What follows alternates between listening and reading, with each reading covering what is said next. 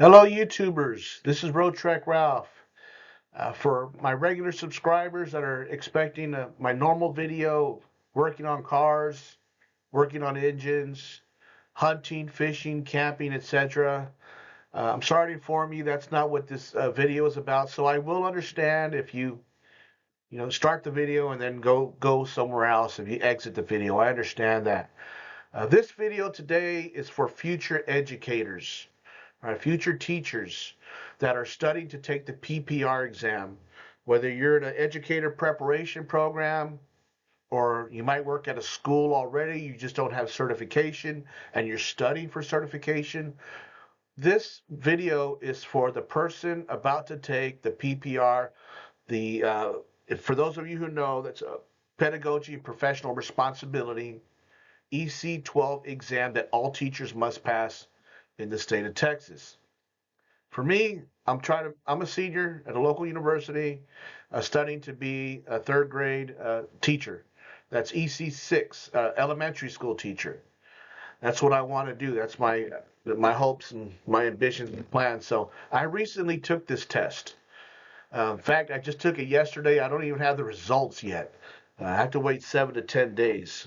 Can you believe that in 2026 with AI and computers? Anyway, I don't want to go down a rabbit hole. I do want to read this though, just to protect myself. Here we go. So I did agree that I would not discuss in any way, shape, or form share the exam questions. So let me just cover this here, but this is an actual, I did make this agreement, and I am not going to share any questions. I am not going to share any exam questions. Remember, folks, when you go into the test taking station, you can't take anything with you, nothing. So, and that includes anything to record, take notes, and all that. So, I don't even know the questions. I don't remember the questions. What I am going to share with you today, you can find anywhere on the internet. What I am going to share with you today, you can find on any YouTube video on the internet. There's 1,000 videos, there's 1,000 resources out there on how to take the PPR exam or how to prepare for the PPR exam. I'm just doing one of them. So if the state of Texas wants to target me for whatever reason, that's fine. That's okay. There's thousands of resources out there. So what I've done is I've compiled these resources all all into one. Okay, where I hit the wave tops. I'm not going to go in and explain every single thing step by step. This is not a training video.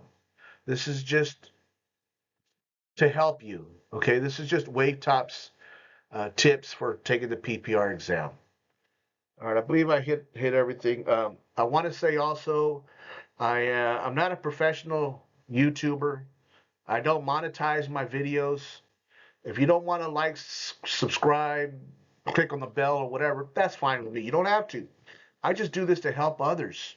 I want to help others because I wish somebody would have compiled all this for me as I'm going through this, future educator journey myself. I am not an educator yet. I am not a teacher yet.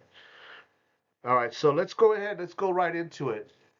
The first tip, as you can see on these notes, again, I'm not a professional. These are just handwritten notes things that I've compiled from multiple resources online. The first tip is to know your theorists. Okay, you need to know your theorists. First example, Bloom's taxonomy. Again, I'm not going to teach Bloom's taxonomy. That's not what this video is about. But know Bloom's taxonomy. You need to know the levels. You need to know how to identify what remember is, what understand means, apply, analyze, evaluate, and create. You need to know all of those. Okay. Next, know Maslow's hierarchy of needs. Okay. Before I go further with the theorists, we got to use common sense in this test taking environment. They're not going to ask you to explain Bloom's taxonomy or choose, these levels of Bloom's taxonomy. It's not that easy, folks. I wish it was. They're going to be scenario based. Again, you can find that anywhere on the internet. A lot of the questions will be scenario based. It's up to you to put the pieces of the puzzle in your head and identify that they're asking you a Bloom's taxonomy question, or they're asking you a Maslow's hierarchy of needs question. That's going to be on you. If you've gone this far to where you're about to take the PPR exam, you've already been taught all that. I'm just giving you the wave tops. That's all I'm doing. So know Maslow's hierarchy of needs. Know the people's series of needs. The physiological, safety, love, esteem, and self-actualization. All right. Know Erickson's 8 stages of psychosocial development. Now, when I say 8 stages of psychosocial development, yes, there are 8 stages. Do you need to know all 8? Again, if you're watching this video, you've already been familiar, you've already been exposed to Erickson's 8 stages of psychosocial development. Do you really need to know 6, 7, and 8? They don't even apply to students. So why study them? Why bother studying 6, 7, and 8? Learn 1 through 5. And do you really need to know 1? Where it's trust versus mistrust, or birth to 18 months? I don't think so. Anyway, I would study, if I were you, study 2 through 5 in the Erickson's 8 stages of psychosocial development. I think you'll be just fine. Know what autonomy means, right? Free to make decisions. Know that. All right, Piaget. If you're watching this video again, that should be common sense already in your brain. When I say words like scaffolding, okay, that should be common sense in your brain. Lesson plans, common sense in the head. Chunking, you should know that. These are just common sense things in your head. When I say a word like Piaget, you should know that's common sense in your head already. Cognitive development, right? That's a theorist of cognitive development. The 4 stages of cognitive development. I will say this. I've taken many practice exams before I took the real thing yesterday. Every single practice exam I've ever taken had a question regarding Piaget's stages of cognitive development. You need to know that. But again, I'm going to have to revisit this. The questions are not going to be that easy. They're not going to say, according to Piaget's 4 stages of cognitive development, can you identify blah, blah, blah? No. No. That's not, I wish it was that easy. You're going to need to recognize this is a Piaget question. Okay? B.F. Skinner. B.F. Skinner. You need to know the theory of operant conditioning. You need to know that. It's very important. Ivan Pavlov. If you look at my notes, I forgot. Forgot what Ivan Pavlov is. I really did. I don't know. And, oh well, I'm going to skip over Ivan Pavlov. Now, like I mentioned moments ago, if you are a future educator, you've been studying in this science and art of education, Vygotsky, you got that has to be in your brain. You need to have zone of proximal development. Again, I could teach you what that is right here. I could explain to you what that is, but you need to know that already. You need to know what the zone of proximal development is. Jerome Bruner, another theorist. Know his models of representation, how knowledge is stored. Very important, how knowledge is stored. Specifically, you need to know his inactive representation and iconic representation. Know those theorists. I'm going to cover another theorist shortly, but before we go on to the next slide, need to also know content objective versus language objective. Okay, these are things, again, I'm not here to teach you. I'm just here letting you know wave tops, what you should already what you should know already, and what to expect.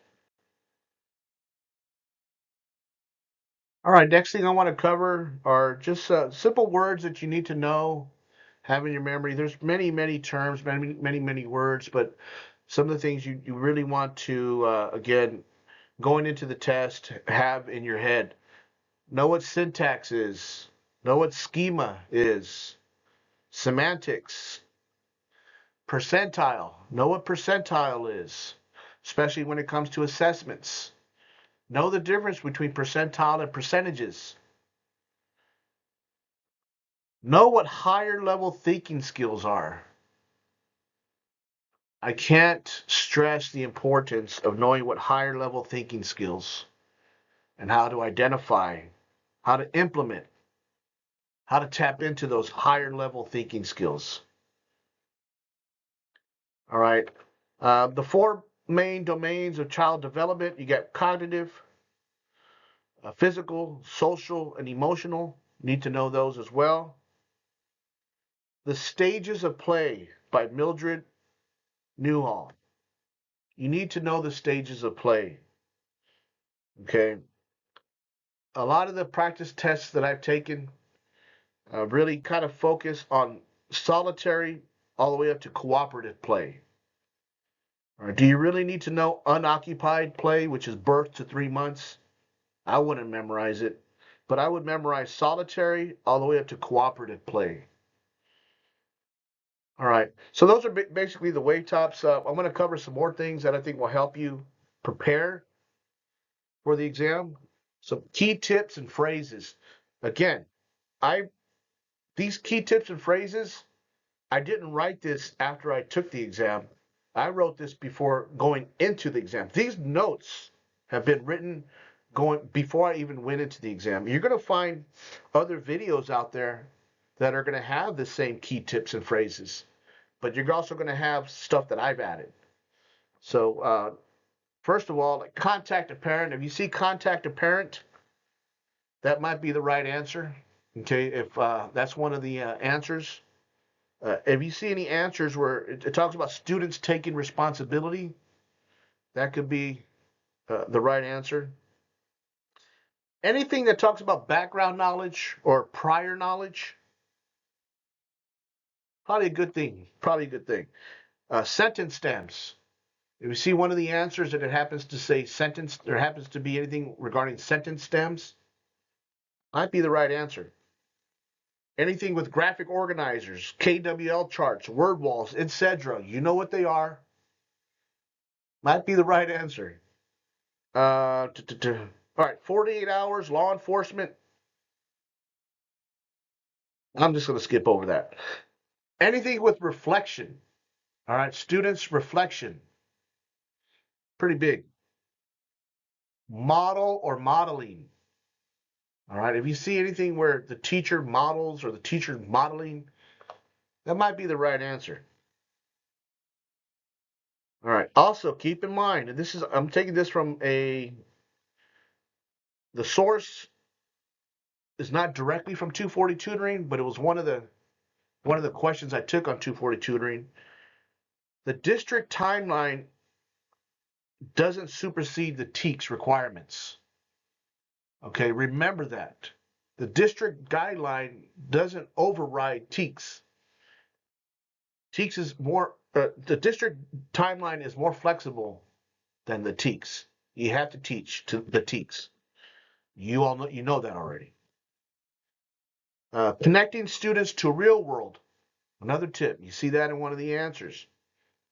Might be a common sense answer, right? All right. Rubric. Anytime you see the word rubric, hello. You should already know this stuff. Okay.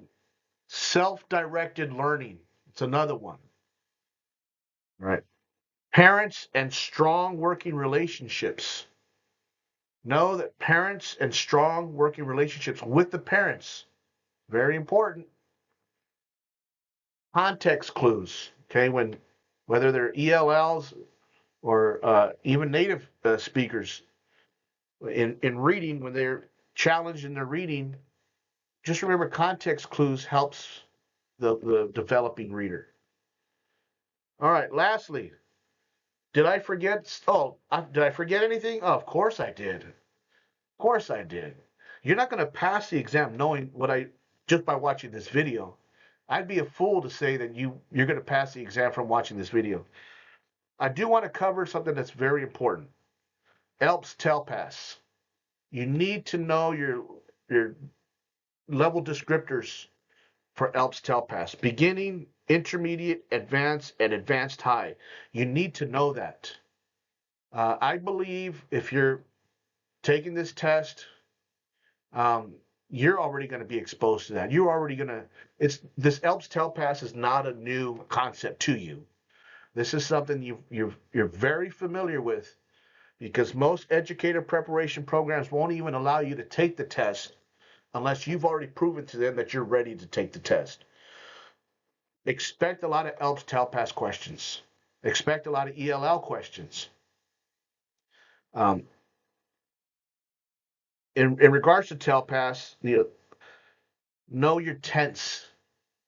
That's the biggest tip I'm going to give you. Your tense. Present tense, past tense. Remember that. Know your present tense, your past tense in regards to ELPS TELPAS. All right. Well, again, like I said, you're not gonna pass this just by watching this video. This video is just a roadmap. This is just one of the resources out of thousands that can maybe help you pass the test, that can help you prepare for the test. There's still a lot of work that you have to do to succeed, to pass, to become a teacher. I'm not there yet. I'm hoping, hopefully after this senior year, I still have 2 more tests to take. I still have to do STR, and I have to take my content exam. Those are the big ones. I haven't taken those yet, but I'm planning that by this time next year, God willing permitting, I'll be in a classroom doing my student teaching. But again, that remains to be seen. I do plan on after I graduate going for my master's, so I want to go that route. But again, that remains to be seen. I hope this video helps. If you want to like, subscribe, that's up to you. I don't monetize. I don't make any money off my YouTube. I just don't. I've never. This is just always a fun thing for me to do, and it's always fun for me to help other people. In my other life, I am a volunteer. I volunteer. I help other people on a volunteer basis. For many, many years, I did that full time. So anyway, this is Road Trek Ralph. Thank you for watching this. I hope this video helps you, and good luck on the exam. Oh, before I go, I do want to recommend that you find one of these accordion style organizers. As you can see, that's mine starts with theorists. I go to acronyms, COs, LOs, instructional strategies, so on and so forth. I have everything in this one accordion organizer, and it's just easy for me to keep track of everything that I need. And again, that's full of wave tops also in preparing to become a teacher. All right, thank you for watching.